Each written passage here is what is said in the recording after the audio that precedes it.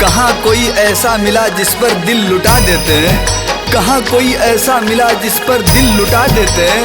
हर एक ने धोखा दिया, किस किस को भुला देते हैं।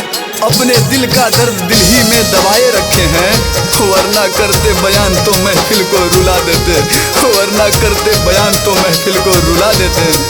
म्यूजिक बाय प्रमोद परदेसी।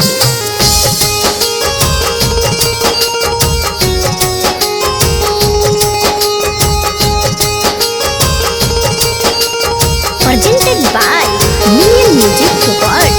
कईनी वफा हम तोहरा से जानू, काहे तू कैलू बेवफाई हो।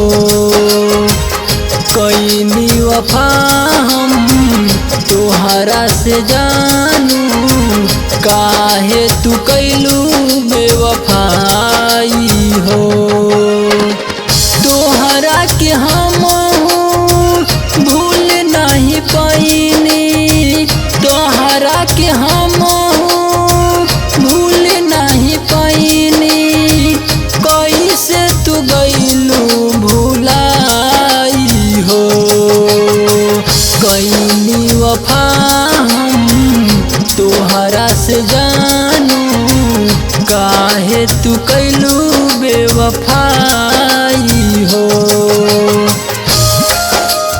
दिल के दरिया में धड़कन की कश्ती है, ख्वाबों की दुनिया में यादों की बस्ती है। मोहब्बत के बाजार में चाहत का सौदा है, वफा की कीमत से तो बेवफाई सस्ती है, वफा की कीमत से तो बेवफाई सस्ती है।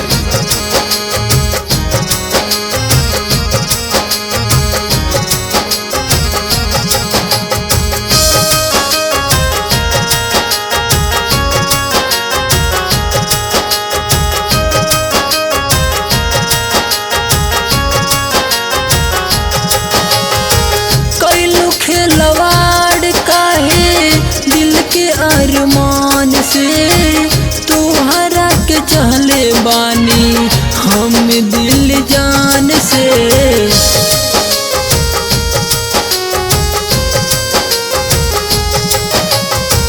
कैलू खिलवाड़ काहे दिल के अरमान से, तोहरा के चहले बानी हम दिल जान से। प्यार के बदले में हमरा के गोरी, प्यार के बदले में हमरा के गोरी, दिले मारू तू जुदाई हो। कईनी वफा हम तोहरा से जानू, काहे तू कैलू बेवफाई हो। रोने की सजा है न ये रुलाने की सजा है, रोने की सजा है न ये रुलाने की सजा है। ये दर्द मोहब्बत को निभाने की सजा है। हंसती हुई आंखों में आ जाते हैं आंसू, हंसती हुई आंखों में आ जाते हैं आंसू। ये उस शख्स से दिल लगाने की सजा है।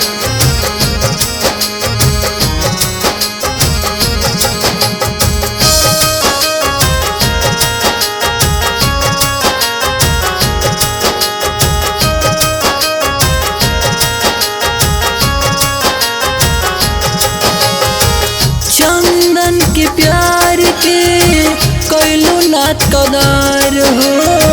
देखे के सूरतिया तोहरो तर से नजार हो।